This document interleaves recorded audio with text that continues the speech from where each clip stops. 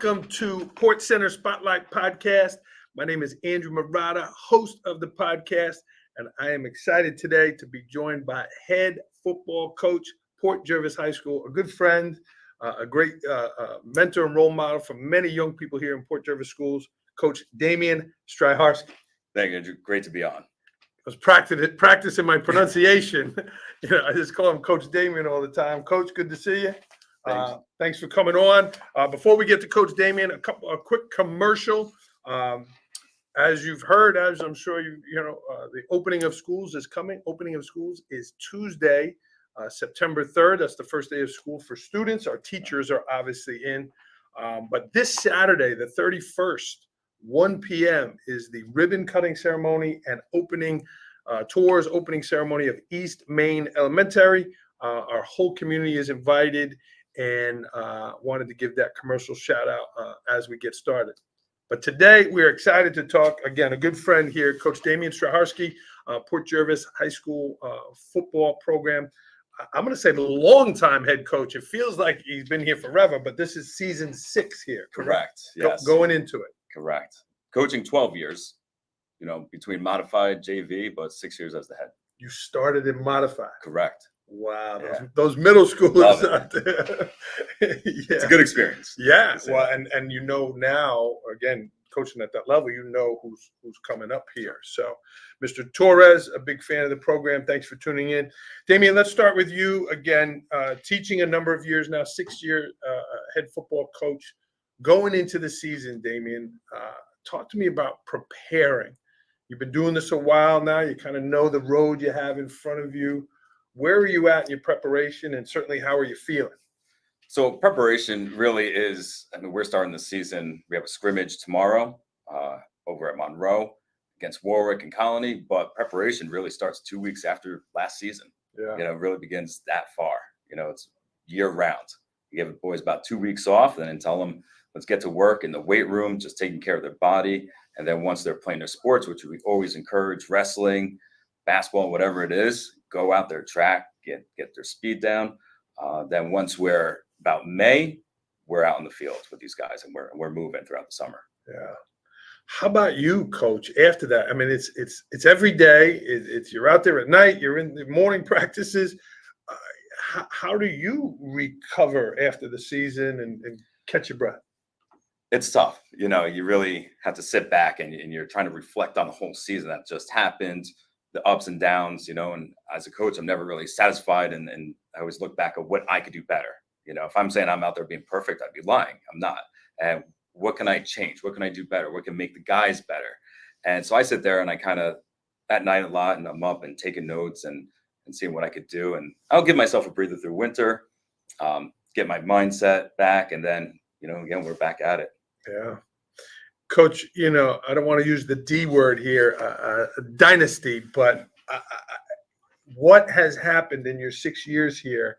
I know you were prepared to win, but you have really turned our program around. The Port Jervis Raiders football is a long-standing, wonderful tradition, but we are in a great run here. We're in run right and now. This has been incredible. Yeah. Talk to me about starting out, taking over the program. Certainly a shout out to former coach Matt Palanis down in Florida. Matt was at the helm many years, but you took over the program and you really made it your own. Talk to me about becoming the head coach. Sure. So a lot of it came from my old coaches, my mentors. I was on a podcast with him, Vito Qualia. Oh, yeah. Keith Olsemer, even my college coach out there at Lackawanna, Mark Duda. Denny Downs at East Stroudsburg. So a lot of those guys, you have different philosophies that you're going to take from each one. Every head coach is going to have a different set of rules or philosophies, and you kind of take all of them and what you like about them, you can kind of mold and have your own. So when I came in here, I knew I just wanted to kind of set my own standards and regulate my own rules. And to be honest, I couldn't do it without my assistant coaches. Like, they really came together. I can rely on them. If I have to leave, I have no worries that they're going to get the job done. Yeah. Coach Stellato was with you from day one? Absolutely. Yeah. And was it Mr. Carroll was also with you when you started? He was. Yeah. And now Coach Hartman is with you on the defensive side? Offensive.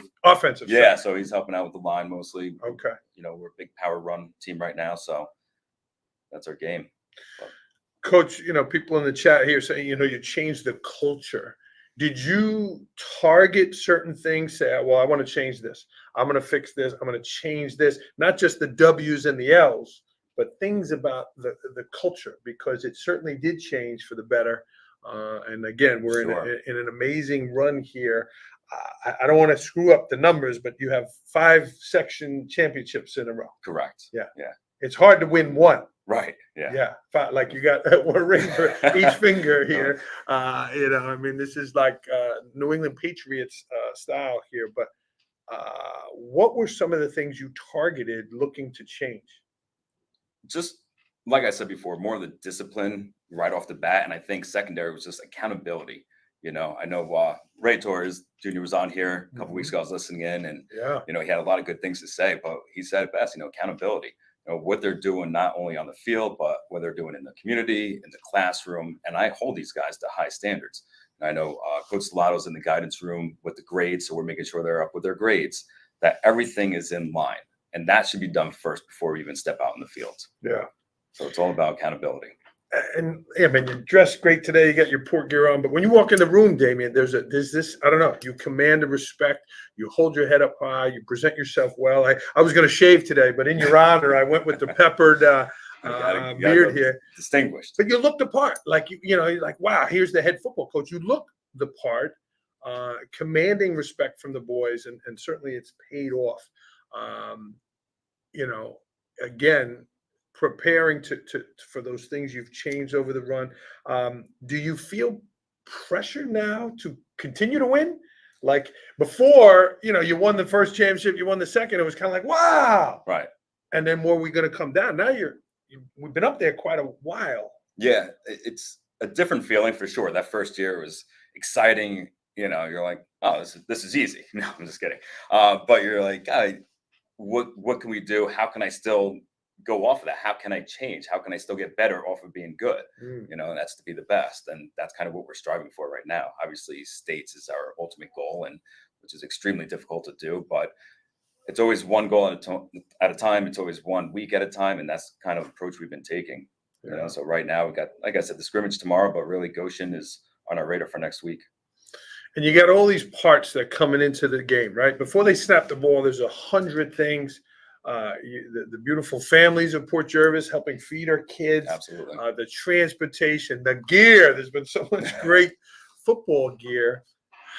How much are you managing all of these things off the field? Are you directing, hey, we're eating at 4:00. We're leaving the bus. Are you directing all those things too, in addition to the For field? the most part, yes. But I do have, and I will always thank the parents who've always come out to help with the meals. So I'll put in a schedule. All right, this is when we're gonna eat and where. But then the moms will come along and say, well, this is what they're gonna eat, and kind of get all that prepared. And they're the ones actually in there doing the work, which is I'm grateful for, because I couldn't handle that. And Damien, do you sit at your desk at school? Are you here on a Sunday morning mapping this stuff out? Like, when do you physically do all this stuff? Because you have a full-time teaching job too. Correct. Right? Yes. This is not your full-time job as head coach. So actually, coming from you when you kind of gave me the position, and you earned the position. Thank I didn't you. give you anything. You earned the position. But I remember you saying, and you wrote it down, you said, have your priorities straight. And you said, you're still a teacher first. I always remember that. And I'm like, you're right.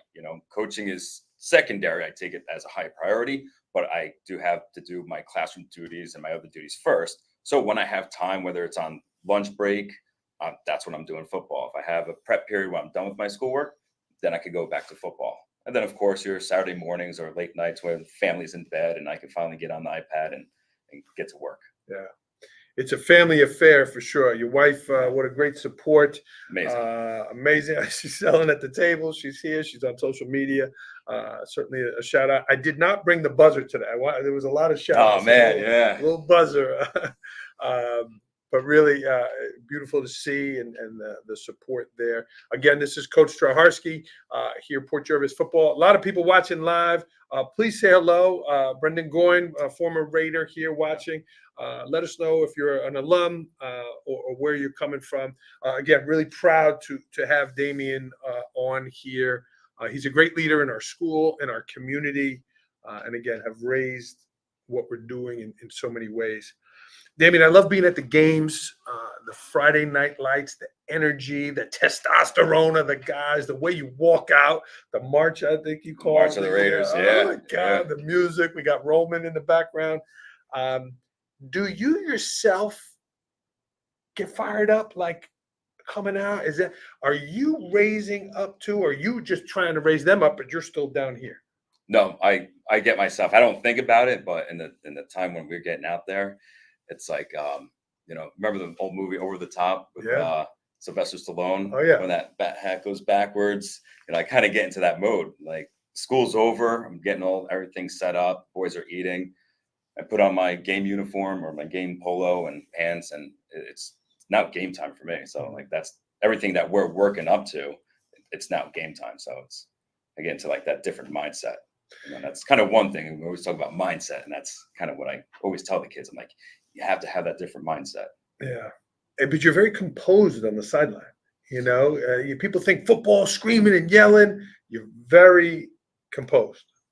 Yeah, I think just being calm in like chaotic situations is the best way to deal with it. So when things are going on and there's a big play and there's a turnaround, and do we go for 1, 2? Game's on the line. What do? You have to have a straight thought in your head. So you gotta stay calm. Yeah, yeah. And when you watch them, all the Raiders are there on the sideline. Looks great. Oh, man, Ryan Ross's grandma is tuning in. Grandma Knupp. Damien, another thing I love watching at the games is on the sideline, the timing. You run a play, now it's 2nd and 8. Stellato is getting the play. He's already ahead of it. You're in touch with him. You're there. Like the decision making is literally seconds. Yeah. How many plays ahead are you? And again, kind of making those decisions, because if it's 4th and goal, and you and Stellato, I mean, you got 10 seconds, 5 seconds, 15, somewhere in there to make that decision. Right. Talk to me about making those decisions. So kind of like I explain it as a game of chess, right? You kind of want to be 1 to 2 to 4 steps ahead of, your opponent. So also with our calculations of how we're going to move the ball down the field, we know that every play is not going to be a home run or a touchdown. So, all right, what's the next play? If we get 5 yards, that's great. We're moving the ball. What's next? And then we actually practice situational during our actual practice. And we're outside. We're like, all right, let's go goal line. Let's go, 4th and 20 in the red zone. We're coming out. It's called from the green zone. So how do we play that? We actually practice.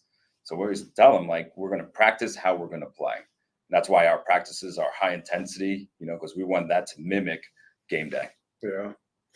Coach, there's so much technology out there now of film and scouting. Yeah.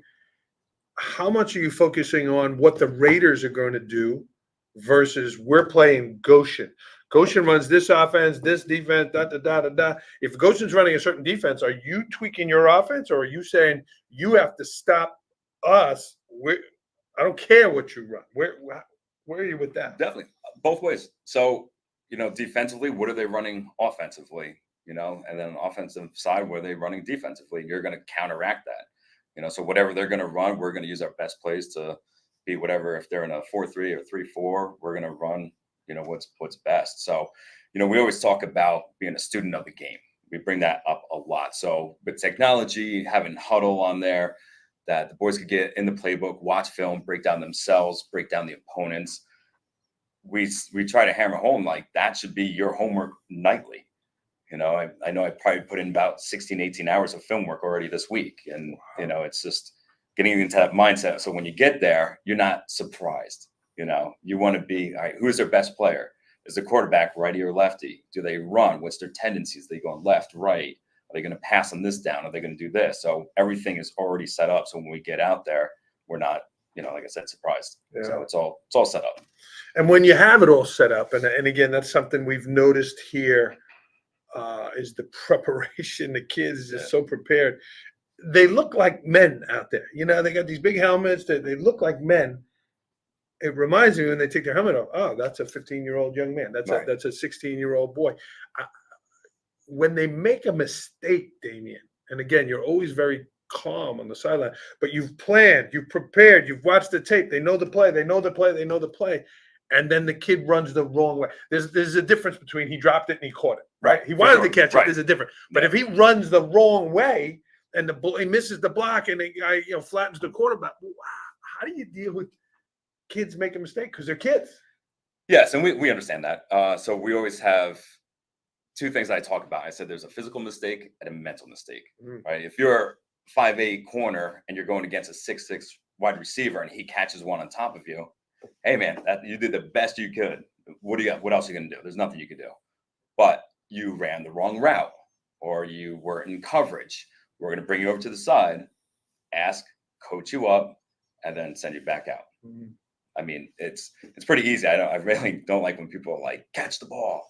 Yeah, we know that, right? That's the easy part. But why didn't we catch, or what happened? And there's so many other aspects to it that people don't really realize. Yeah. Damien, shifting gears from play, we're under construction here in Port Jervis. If you've noticed, a couple projects all happening at once. Has the distraction of the construction, moving on to the turf, has that been, how has that changed your preparation and you and the kids working towards our first game? It's funny. It's every year. At Port Jervis, we've always, with football, just come across obstacles. And I think I bring this up for some reason every year. We're very good at just dodging obstacles. Whatever is thrown our way, we move around it, whether it's changing a section game from a Friday night to a Saturday morning at 9 a.m. We got it. Hopping on a bus. The one year the lights went out at Glennette and we had to come over to Chase. Like, we're so good at that, I mean, it's just another little bump in the road that we're just going to ride right over and not think about. So we make do with what we have. So all summer we're out on the little patch of grass, right there at the corner, working with soccer boys and girls of using one field right now, and then when Glennette's ready, we'll have to hop over there. And it's just, working collectively and collaborate and find out what's the best situation we could do to make ourselves better. Yeah. Big difference switching to the turf full time. I know you play on turf on the road, but big difference. Big difference, but I love it. Yeah, I absolutely love it. It's so much easier from a coaching standpoint. So guys that know, if you're watching, right, if we're out in that side dirt area, within 2 weeks, it's no longer grass. It's just dirt and then mud, and there's no line. So coaching cues I'm having over there, I'm talking about, hey, get to the hashes.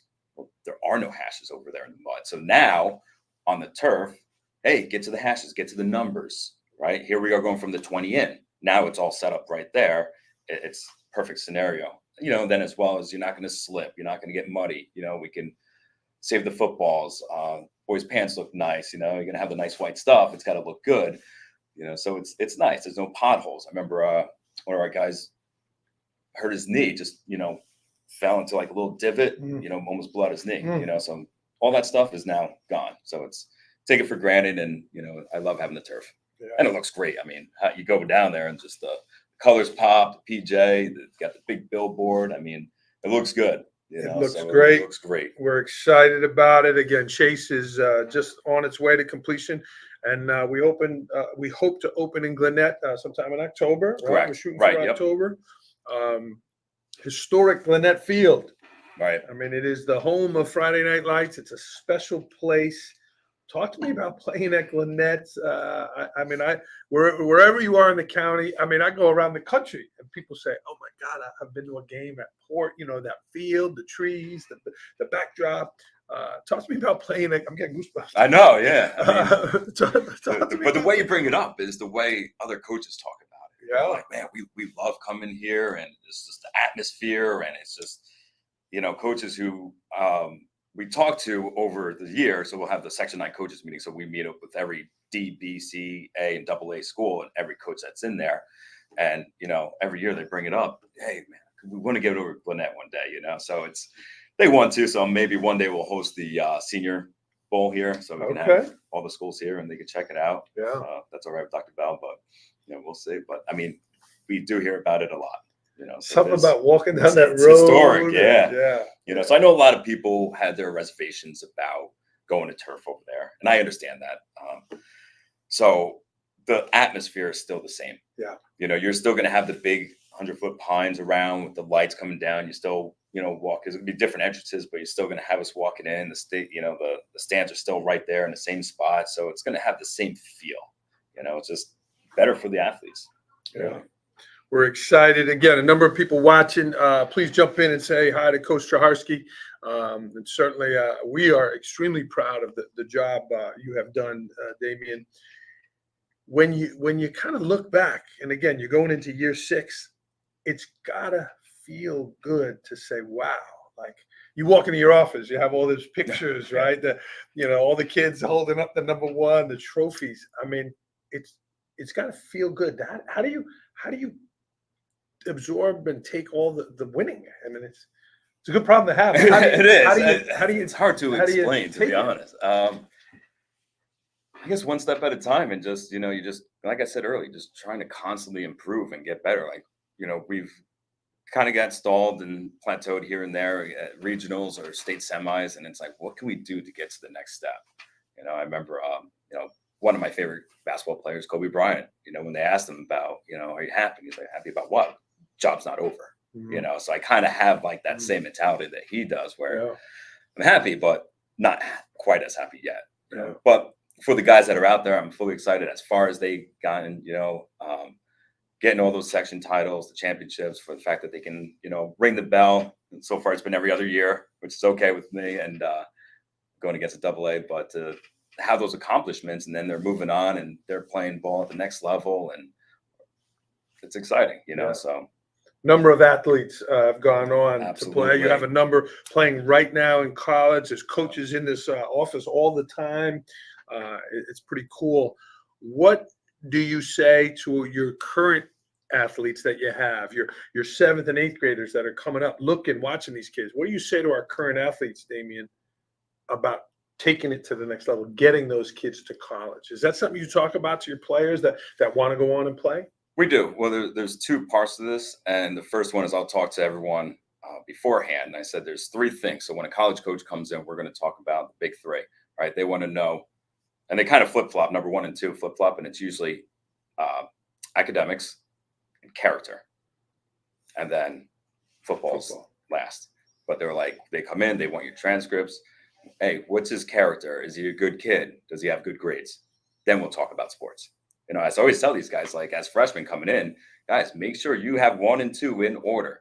I don't care. They don't care if you're a great number 3. Yeah. If you don't have the grades, you don't have the character, they don't want you. They don't want a headache. Correct. Yeah. And not that it's been perfect and easy. You have done a great job of diminishing the headaches, right? All right. Yeah. Whether they're not on the team anymore, or you've turned them around, because that's just not how we roll here. Correct. It's just not how we Right. roll. They're Raiders. There's a pride. It's been They incredible. always talk about being a student athlete, and we bring that up every single year, that you're a student athlete, student first, athlete second. Yeah, and I remember going through some of those hard times, with the discipline and those kinds of things.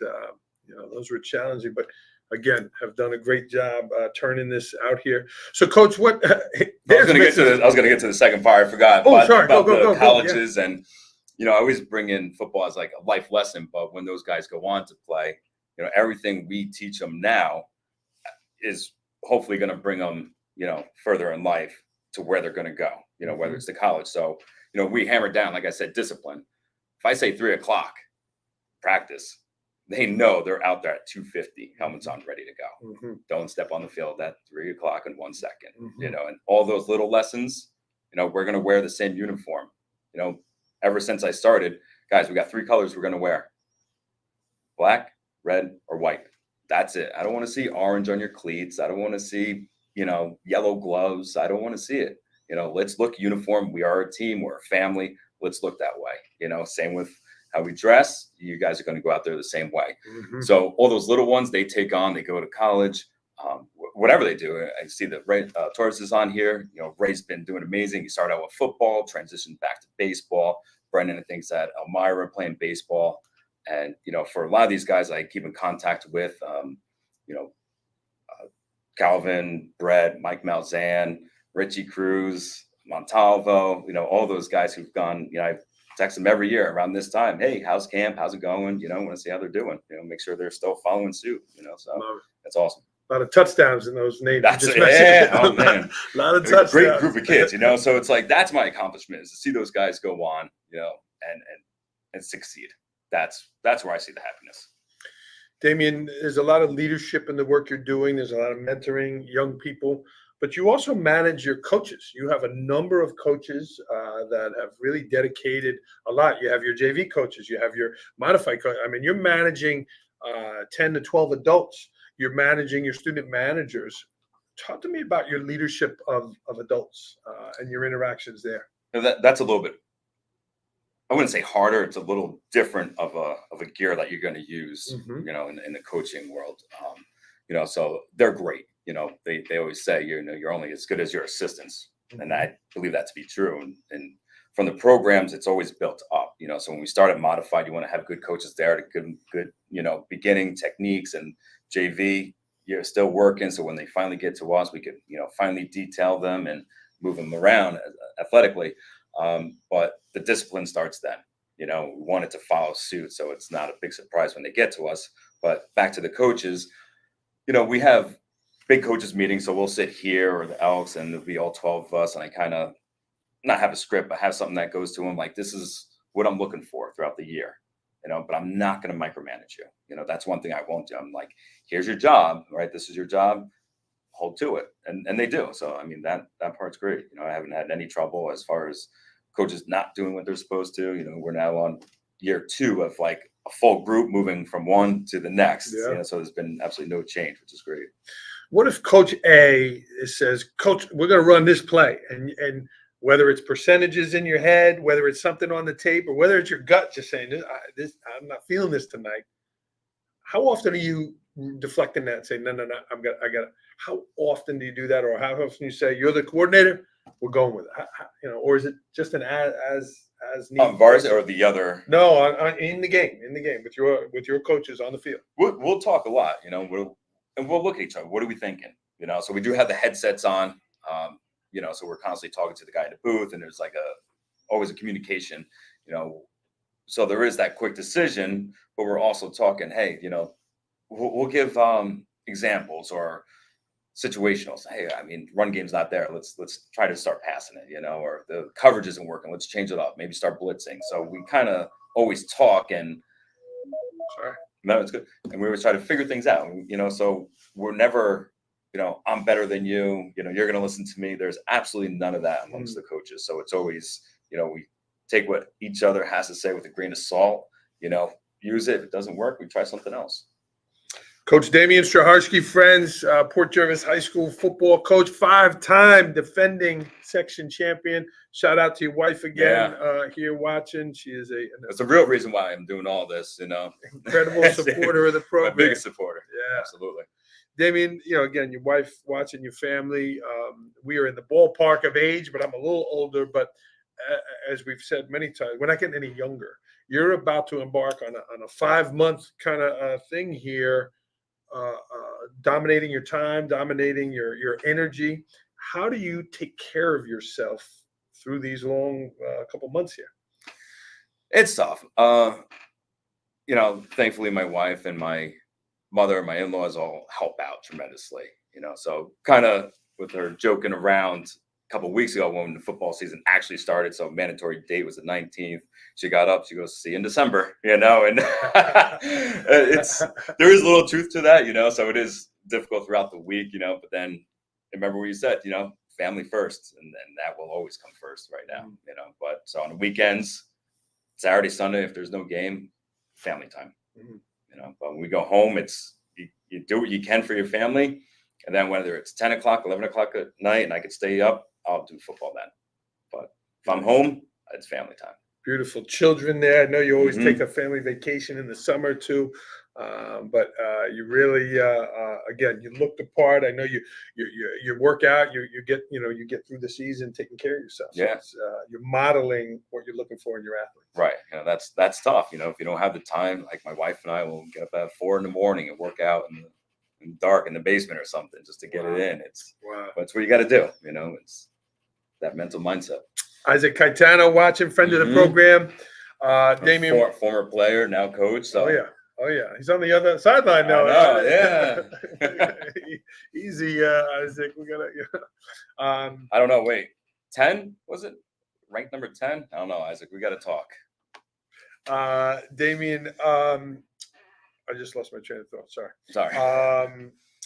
Yeah, no. Again, our community's watching. Whether it's the bus trips through town, whether it's the firemen escorts, whether it's a barbecue, the bonfire, all these events, coming out to the games. What's your message to the community, the alumni that really support the Raiders on the radio, with the advertising, all of these things? What's your message to the community? That we're grateful. We appreciate every bit that you help, that you're out there supporting, whether you're buying some fan gear or just out there clapping, saying congratulations to the boys, going to the game, supporting all the, positive feedback that we get.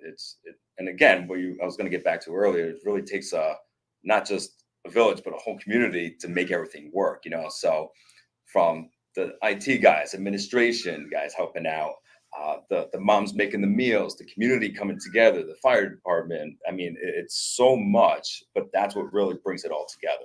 Yeah, it's so nice. It is. And again, we've had police escorts out of town. We win the road game, and then here we are, 10, 11, 12 o'clock at night. One of them was really late. Yeah. And man, I thought we were going to get complaints about the noise, but it was really cool.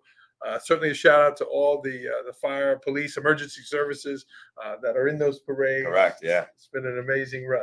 And number one, thank you for your service, but then also, thank you for taking that time to get out there and, communicate with me. We're on the bus. Where are you? We're coming down the mountain right now. Getting ready. So beautiful. It's fun. Beautiful. Damien, this has become a mainstay on the podcast here, talking about Port Pride. You and I are both non-Port Jervis residents, or weren't born here, but we have made our second homes here. Port Pride means a lot. What does Port Pride mean to you? Kind of in its own words, it's to be proud, right? A lot of people don't say that, but it is. Pride means to be proud. So you're proud of the community, you're proud of the administration, your peers, co-workers, your assistant coaches, the kids, the community, like everything coming together, right? Yeah, we may not be from here, but I'm proud to be here. Yeah. And it shows in the work you're doing. Appreciate it. Shows in the work.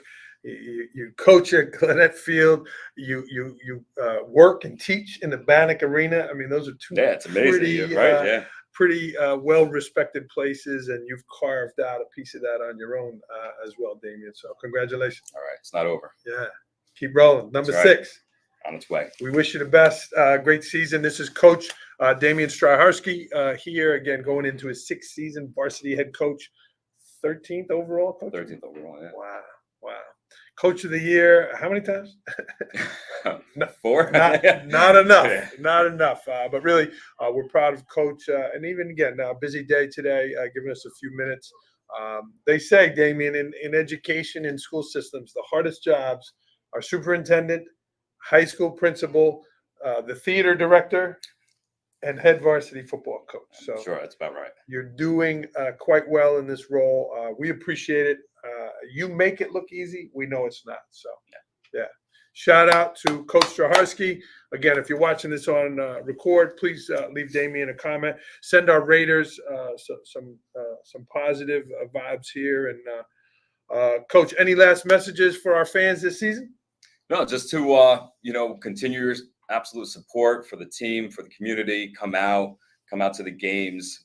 We love to see the butts in the seats, as we call it, right? You like to go up there, and if you're an alumni, if you ever played before, you know the feeling when you're on the field, on the turf, and you look up and those stands are packed. It's a different feeling, but that's to the community and everyone else. So thank you, but keep it coming because there's more to come.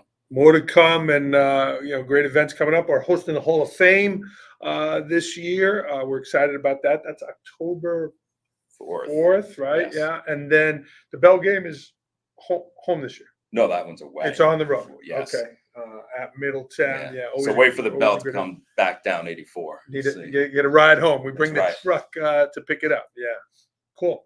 All right, Damien, I appreciate it, man. Appreciate it. Thank you. Coach Striharsky here. Again, to all of our community, the open house for East Main Elementary is this Saturday, 1 p.m. Come out and support us there, and certainly come out and support not only football, but all our fall athletes are kicking off here. So thanks for everyone who tuned in live. Coach, how about a go Port before we end? You got it. Go Port. Bam. Thanks, everybody. Coach Damien Striharsky, 5-time defending section champion. Thanks, Coach. Take care.